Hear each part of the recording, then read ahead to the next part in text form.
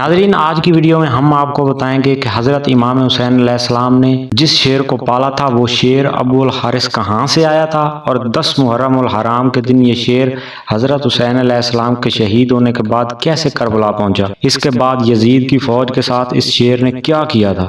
Video کی تفصیل میں جانے سے پہلے میرے چینل کو لائک اور سبسکرائب نہ کرنا بھولیے گا تاکہ ہم بار بار ایسی ویڈیو میں ملتے رہیں۔ ناظرین، امام حسین علیہ السلام نے بچپن سے ایک شیر پال رکھا تھا جس کا نام ابو الحارث تھا۔ عربی میں حارث شیر کو کہا جاتا ہے۔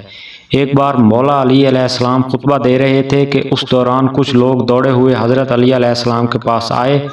امام علی علیہ السلام کے دریافت کرنے پر انہوں نے کہا کہ مولا، ایک شیر آپ کی طرف آ رہا ہے۔ مولا علی علیہ السلام نے فرمایا، آرام سے بیٹھ جاؤ، یہ شیر کسی کو کچھ نہیں کہے گا۔ اس شیر نے مولا علی علیہ السلام کے قدموں میں سر رکھ کر سلامی دی۔ شیر نے چند دن کابنا بچہ مولا علی علیہ السلام کی خدمت میں پیش کیا۔ شیر نے اپنی زبان میں کہا کہ میں اس بچے کی ماں ہوں، اس بچے کا باپ مر چکا ہے۔ شیرنی نے کہا کہ مولا، میں چاہتی ہوں کہ یہ پل کر جوان ہو اور حفاظت میں رہے۔ مولا علی علیہ السلام نے فرمایا کہ بے فکر ہو کر واپس چلی جاؤ، اسے یتیمی کا احساس نہیں ہونے دوں گا، اور میں یہ بچہ اسے دوں گا جو یتیموں کی پرورش کر سکتا ہو۔ شیرنی کے دریافت کرنے پر مولا علی علیہ السلام نے فرمایا کہ میرا بیٹا وہ حسین ہے جو یتیموں کی پرورش کر سکتا ہے، یتیموں کی پرورش اس سے زیادہ کرنا کوئی نہیں جانتا۔ مولا علی علیہ السلام نے اس شیر کو اٹھایا اور شفقت سے اس کے سر پر ہاتھ پھیرا اور کہا کہ آج کے بعد اس کا نام ابو الحارث ہے۔ وہ شیر ہر وقت امام حسین علیہ السلام کے پاس رہتا تھا۔ جب یہ شیر بن گیا یعنی جوان ہو گیا تو کچھ لوگ امام علی علیہ السلام کے پاس آئے اور فرمایا کہ اب یہ مکمل شیر بن چکا ہے اور جوان ہو چکا ہے، اب اس سے ہمیں خوف آتا ہے چونکہ یہ ہمیں کہیں نقصان نہ پہنچا دے۔ مولا علی علیہ السلام گھر تشریف لائے اور لوگوں کی بات بتائی امام حسین علیہ السلام کو اور فرمایا، بیٹا ابو الحارث کو آزاد کر دو۔ امام حسین علیہ السلام کی آنکھوں میں آنسو آئے اور بابا کے گلے لگ کر کہا کہ جیسے آپ کا حکم بابا۔ امام حسین علیہ السلام نے فرمایا، بابا جان، آج ابو الحارث کو ادھر رہنے دیں، کل سے آپ کو یہ نظر نہیں آئے گا۔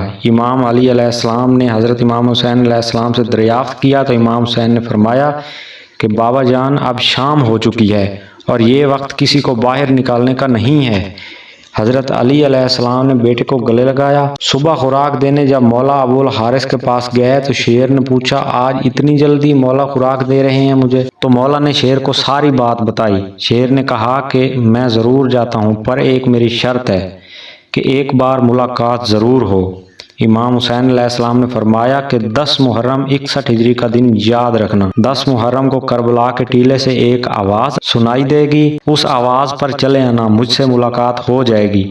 شیر کے پوچھنے پر امام حسین نے فرمایا کہ میری 4 سال کی بیٹی سکینہ تمہیں آواز دے گی یا پھر ہماری اماں تمہیں آواز دے گی۔ آج بھی کربلا میں وہ مقامات موجود ہیں جہاں بی بی فضہ نے ابو الحارث کو آواز دی تھی۔ امام حسین علیہ السلام نے ابو الحارث سے فرمایا کہ تم ملک عراق میں چلے جاؤ، وہاں ایک ایسا جنگل بھی ہے جس کا بادشاہ شیر مر چکا ہے، اور تم وہاں چلے جاؤ اور بادشاہی کرو۔ آپ کے حکم مان کر ابو الحارث مدینہ سے چلا گیا۔ عاشور کی رات حضرت امام حسین علیہ السلام شہید ہوئے۔ ہر طرف شور و غل برپا ہوا تھا۔ جب یزیدیوں نے امام حسین علیہ السلام کی شہید لاش کو مزید اذیت دینے کی کوشش کی تو بی بی فضہ جنگل کی طرف جانے لگی۔ انہوں نے ابو الحارث کہہ کر شیر کو پکارا۔ آواز سنتے ہی شیر بی بی فضہ کے پاس پہنچ گیا۔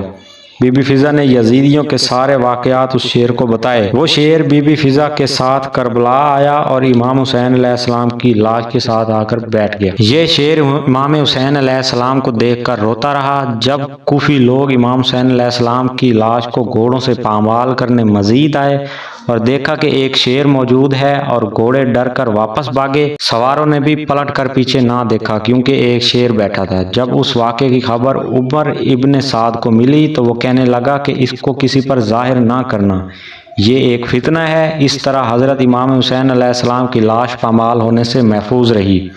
کچھ روایات میں یہ بھی ملتا ہے کہ بی بی فضہ نے امام حسین علیہ السلام کی لاش کی پہچان کے لیے ابو الحارث کو بلایا تھا۔ جو کہ یزیدی اسے پامال کر چکے تھے اور اس کی پہچان نہیں ہو رہی تھی۔ امام حسین علیہ السلام کے خون کا بدلہ مختار سقفی نے لیا تھا۔ اگر آپ جاننا چاہتے ہیں کہ مختار سقفی کون ہے تو یہ اوپر دی گئی ویڈیو پر کلک کریں اور جان جائیں کہ مختار سقفی کون تھا۔ ملتے ہیں اگلی تاریخی، تحقیقی اور معلوماتی ویڈیو میں، تب تک کے لیے اپنے میزبان سجاد نظر کو digital media network HT point سے اجازت دیجیے گا۔ اللہ حافظ۔